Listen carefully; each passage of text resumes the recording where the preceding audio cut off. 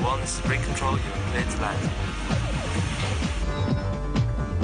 Ladies and gentlemen, we are now making our final approach on the GamesMaster Resort. We wish you an enjoyable stay.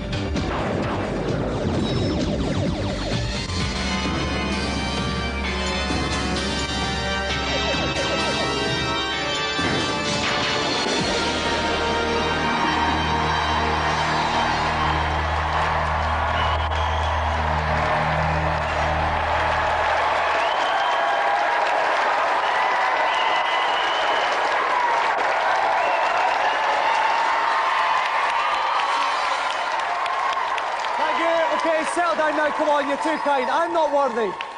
All right, welcome to GamesMaster. Much imitated, frequently intimated, inside thigh agitated. This week we've flown some more lucky people out to the Rig Resort for video game playing and other buoyantly anti-social activities. So let's kick off with some oral intercourse with the great man himself, the GamesMaster. Greetings. By a public demand, I have been forced to initiate tonight's proceedings with a decidedly unsavoury motorbike encounter on the Road Rash II. As a greasy, leather-clad biker, our first easy-riding contestant will need to punch, kick, and wheelie his way to the checkered flag in first place on the Hawaii level. My gaze will be most decidedly averted. Adding to the other smells of burnt rubber tonight is Marlon Rose from Leighton.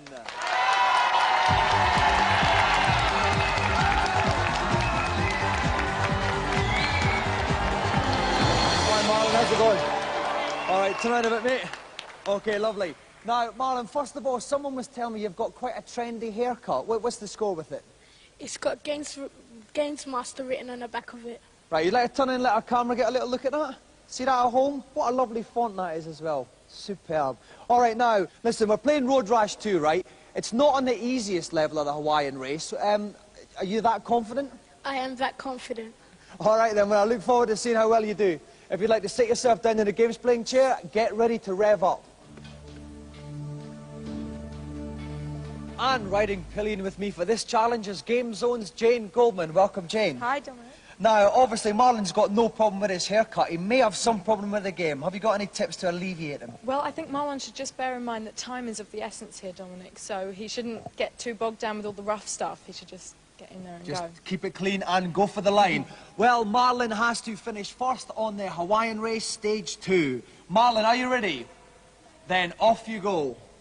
Okay, here we see Marlon in the white jumpsuit on the red bike. And at the moment, he's in 13th place. To the left of the screen, you can see a green energy bar. When that goes down, then it's good night, Marlon. Similarly, he's got his bike energy bar just beside it. Okay, he's doing very well. We can see a mileometer at the bottom right of the screen. It's coming up to 7/10 of a mile. It's a 5.5 mile race. So he's making quite good steady progress. We can see the next rider coming up in his sights. But it's not just the bike riders he's got to worry about. No, that's right. He's got to watch out for cars, hazards, and of course the police. Although in Road Rash 2, you can punch the police. Okay, but that's not something we'd recommend you do at home. Okay, here he comes. He's up to 7th place. Oh! Athletic leap over the police car. And here he comes. He's doing fantastically. He's catching up on the next batch of riders. Oh, he smacked her. That was off. Roz there. Smacked her right in the chops. Now he's come to Natasha. In the first race, Natasha was his pal, I think, but there's no love lost now. He's up to 4th. He's up to 3rd place now. Brilliant. He's still got another 3.5 miles. Oh, what's the car? Oh, dear. Now that's going to lose him some time, Jane. It is. It might cost him the race, but I hope not. Let's check on Marlon's place. He's in 6th place. There's a couple of dangerous cars that he's just passed his old mate, Natasha. He really can't afford to come off again now. That is true.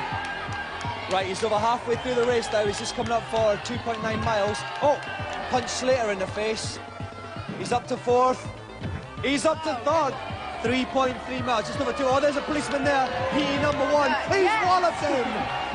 Yeah. Oh, no, but the policeman, he was coming back there with his truncheon there. Nothing to do with the West Midlands Serious Crime Squad, I hasten to add. Now he's got the first place. Lost it. Oh, no. He's going to need more metal plates than Barry Sheen after this one. Come on, Marlon. He's going to got a mile left. He's back in the 4th place now. He's really going to have to pull out all the stops now, Jane. Perhaps he should have tried to walk to the finish. That's right. He could have had a little bit of a jog there. There's one rider in sight here. And it's Roz, actually. Roz has done very well since landing a smack in the mouth earlier on. I think he could catch her up here. Watch, there's another car here. Oh, it's gone the outside of it there. Had to go for Awfully Oh, clear. Rod's got a run back there. He's only got half a mile left. He's in fourth place. No, he's been hit by It's another up car. again. It's a tragedy of immense proportions here. Oh, oh dear. He's only got 0.4 of a mile to go. I can't see him doing it here, Jen. Well, frankly, no. And there's another car, but he's missed that. But he's hit the other one. It's gone horribly wrong. He thinks it's Death Race 2000. He's been hit again, and the bike is wrecked. And unfortunately, Marlon's challenge is over.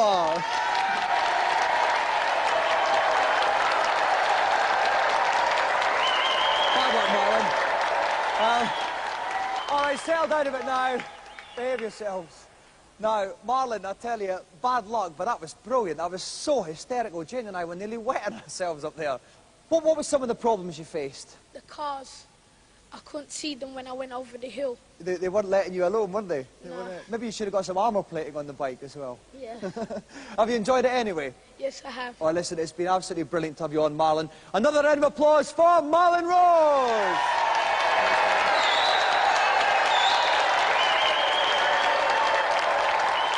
While Auntie Marisha mops up the tears of another crestfallen campaigner, we'll take a look at this week's reviews.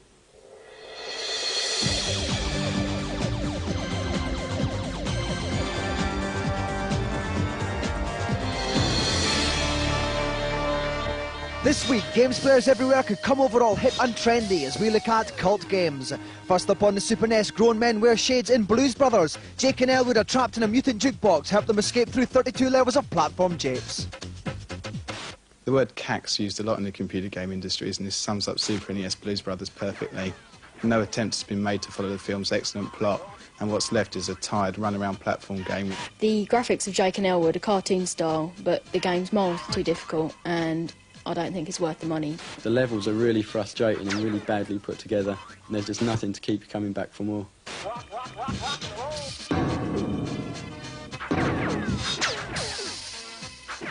Next up, that cocking soundtrack can only mean it's Doctor Who on the Amiga. Floppy coats and jelly babies abound as you rescue hostages from 4 cities and give the Daleks and Davros a good kicking. Nice playability. I'd recommend it, yeah. The playability is not that bad. It's nothing you're going to play for weeks on end, but probably worth a look. You would have thought with 29 years of Doctor Who they could have come up with something a bit more inspiring than what effectively is a run-around shoot-'em-up. The best way to describe Dalek Attack is average.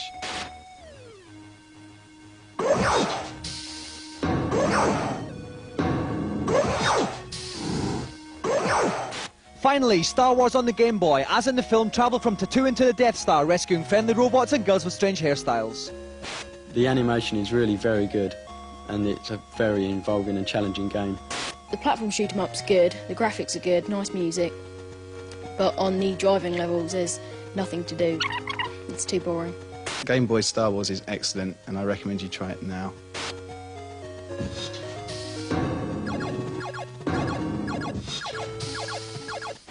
The dawn of 32-bit machines has arrived. The spanking new Atari, Acorn and Amigas make the present 16-bit Mega Drive, Super NES and Amiga 600s look positively weeny. Tonight we compare the 3 new boys with help from Alistair Bowden from Atari, Simon Lovesey from Acorn and Kelly Sumner from Commodore. First of all, why the new machines? Well, the Atari Falcon is aimed at the home user as a revolutionary new home computer, all singing, all dancing. Mum and Dad can do their desktop publishing, word processing and run the family business, whilst the kids are enjoying the latest in stunning games. The person who wants quality graphics, quality sound, a machine that is versatile and easy to use. 65,000 colours. Each pixel can be a different colour. 4,096 colours, and at any one time can display 256 colours on the screen. 16.7 million colours. This has got 16-bit stereo recording, 16-bit stereo playback, at quality better than CD or DAT tapes. As standard, the A3010 comes with 8 stereo channels built in. The Amiga 1200 has 4-channel stereo sound. Currently there are over 50 games being developed. Many of these will be released in the first 3 months of 1993. Currently there are over 250 games available, but this is growing rapidly. 1,500 to 2,000 currently work with the Amiga 1200. by January or February of this year, you would probably see something like 20 or 25 games which are only available on the Amiga 1200.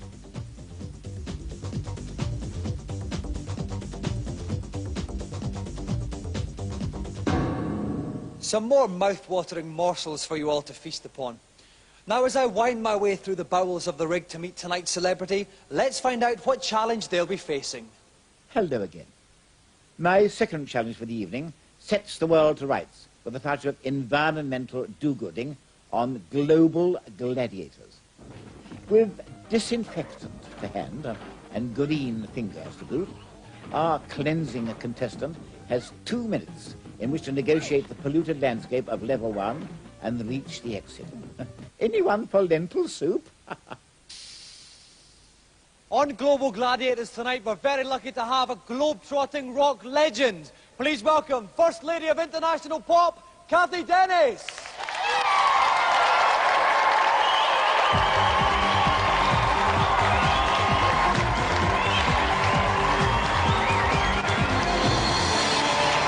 Welcome to the show, Cathy. Thanks very much for joining us.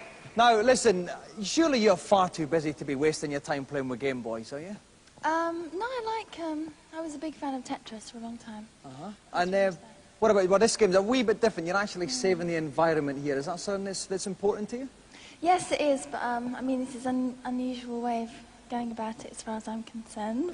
It certainly is, Cathy. OK, if you at home want to see if Cathy Dennis can save the world on Global Gladiators, join us after the break.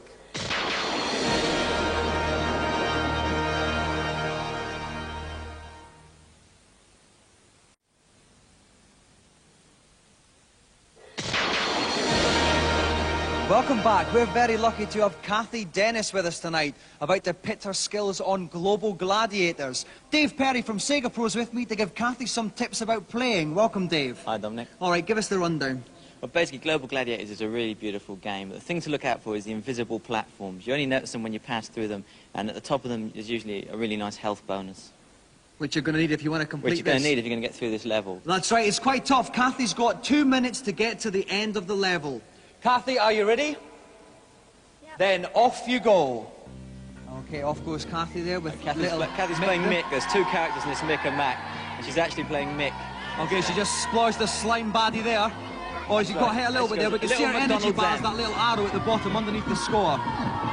For points as you go along, you collect the little M's, which are like McDonald's arches, and they give you extra points. OK. All these slime monsters have to be destroyed with this custard gun. They are horrendous. Is that a custard gun, Dave? I guess it's custard. I can't think what that's like. Oh, there's a heart. That's a health bar.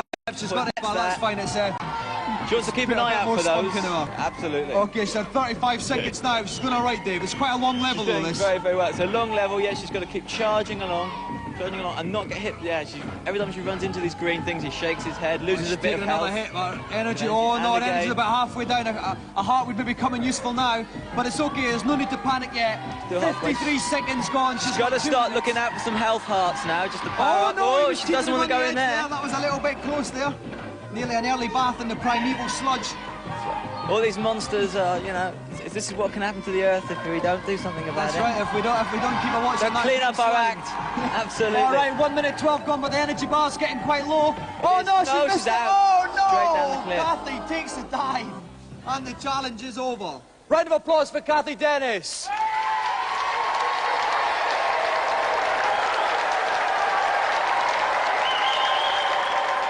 Bad luck, Cathy. All right. Now, Cathy, the world has been destroyed, taken over by slime, and it's all your fault. How do you feel? Very, very bad. So listen, what went wrong? It was a good start, and then what were some of the problems? I should have kept on a higher level. I was like at the bottom all the time.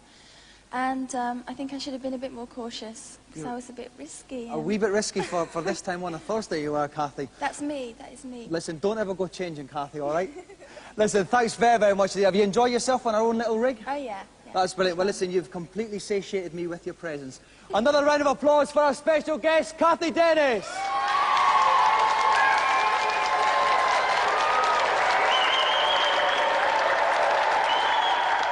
While I say my sad goodbyes to Cathy Dennis as she climbs aboard the GamesMaster chopper, some more puzzles are resolved in the consultation zone.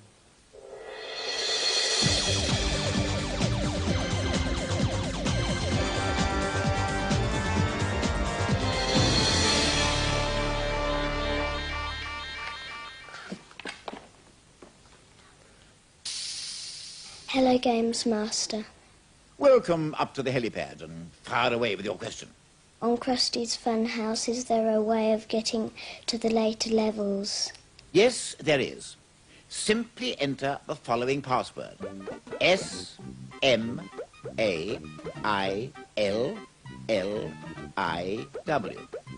That's Williams backwards. And the entire game is yours to explore. Thank you very much. Who's next? Where's the magic cape on Zelda 3? I'm sorry, but if you don't say please, you don't get your questions answered. Next, please. Hello, GamesMaster. I am near the end of UN Squadron, but I cannot kill the Guardian that hangs from the ceiling. Can you help me, please? The answer here lies in the weapons that you can equip your ship with at the beginning of the level. Before you launch into the fray, buy the gun pod weapon. When you reach the end of level Guardian, let rip with this gun pod weapon, and you'll soon have him waving the white flag. Thanks a lot. Time for just one more, I think. Hello, GamesMaster. Could you please tell me where the magic cape is on Zelda 3? That's more like it. Go to the top right-hand corner of the graveyard in Light World, pick up the small box, then dash into the stone using the Pegasus shoes. You should then reveal a passageway down to the magic cape. Thanks very much. That's all I'm prepared to impart for now. More tidbits next week. For the final challenge, it's time for another all-comers challenge on the rig. He's back again this week after a stirring victory 7 days ago. British Nintendo champion, Thomas Patterson.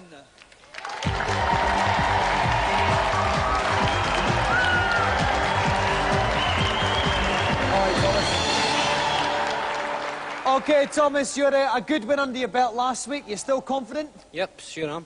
Yep, no problems for you at all? No. I like this guy, I tell you. All right then, if there's any member of our audience who'd like to take on Thomas Patterson in any Nintendo game, stick your hands up in the air.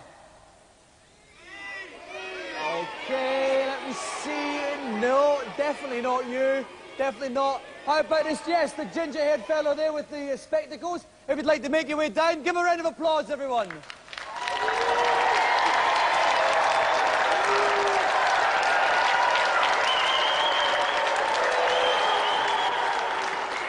Welcome to the show. What's your name? Keith Pentland. And where are you from, Keith? Caithness in Scotland. Caithness. Right, listen, Keith. What are you going to challenge Thomas on tonight? Super Soccer on the Super Nintendo. Right, football now. Thomas, I know you're a Rangers fan, but you're also intelligent. Is this a problem? I don't know, Tim. Oh, sorry, damn it. Funny guy. I think I'll win. I should. All right, then. If you'd like to take your places in, Keith will put you on the left, Thomas on the right. Keith, I hope you stuff him. While our nubile young T-boy Cameron fishes this game out of the store, I'll have a little chat with Jim Douglas from the GamesMaster magazine. Jim, any net-busting tips for this game? Yeah, the man-to-man marking is very good, so dribbling is probably the best policy. Also, the best way to tackle is to get a shoulder barge in, but if the referee sees you, you will be sent off. OK, we are playing 2 one-minute halves here. Keith Pentland against Thomas Patterson. Are you ready, guys? Yep. Then kick off. OK, Keith's playing Holland, playing up the pitch.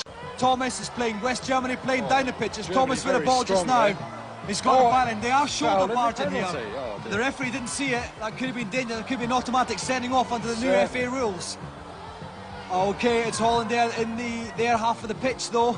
They've got a clear, lovely little shoulder charge from the Dutch number 7. Very nice, oh, but Germany have got it. Germany number 10, no, but now Holland have got it. Oh, the Dutch number 11 gets it.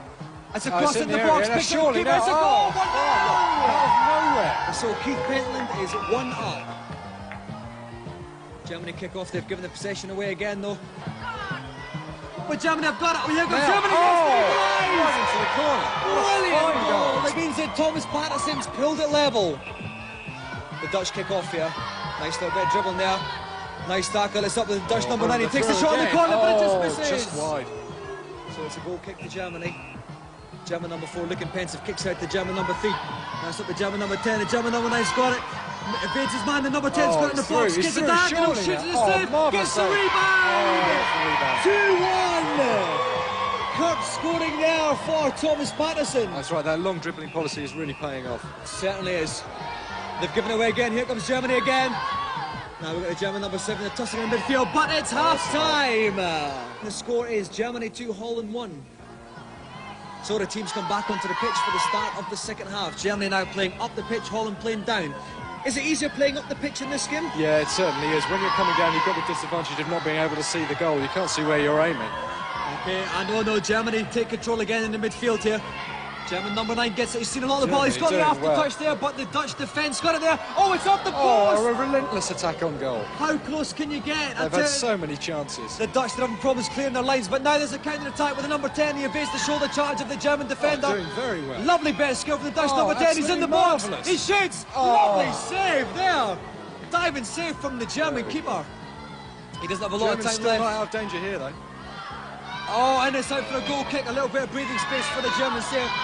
The Dutch have really got to pull something out the bag here now, Jim. Yeah, they really have. But, the challenges that are going on are ever so hard. I don't think the ref's really paying much attention to I think the ref's gone. I think he's given up. And here comes the Dutch. The German get it back here. Could we see another goal for the Germans? Oh, it's a foul! Here comes the ref. Is he going to clamp down? Oh, no, yellow card. Very lenient today. We felt he should have been off for that one. Here comes Germany. This is probably going to be the last attack in the game unless the Dutch can get it back quickly. Carefully selecting where he's putting the ball. Oh, the Germans have got it. The score is 4 seconds left. It's straightening down. The goalie gets it, but it's all over now. The referee blows the final whistle. Germany win 2-1, which means Thomas Patterson is undefeated.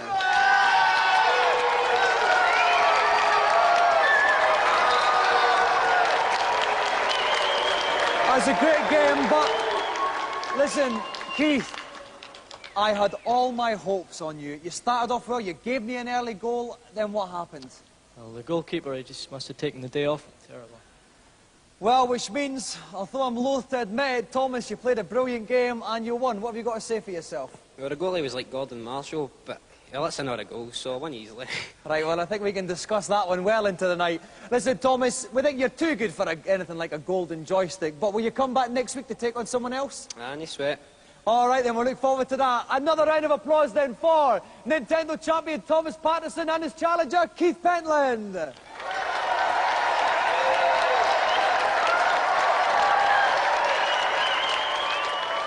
Well, that's the dinner gong, and supper on the rig tonight consists of crabs pinchers with cheesy nibbles. In 2 weeks' time, we'll have an exclusive 3D challenge on GamesMaster.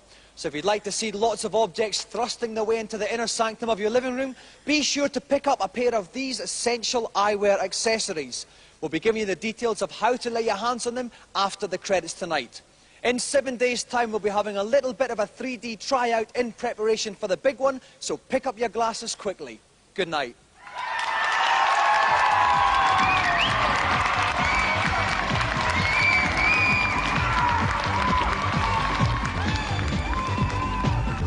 Now here's how to get the 3D glasses. If you're a GamesMaster Club member, you'll be receiving your glasses through the post. The address and phone number for the club are on screen now. Make a note of it if you wish to join. Cost to the club phone line costs 36p a minute cheap rate and 48p at all other times. Ask permission before you make the call. You can also get the glasses with a special 3D edition of the GamesMaster magazine. On sale at newsagents now, price £1.75.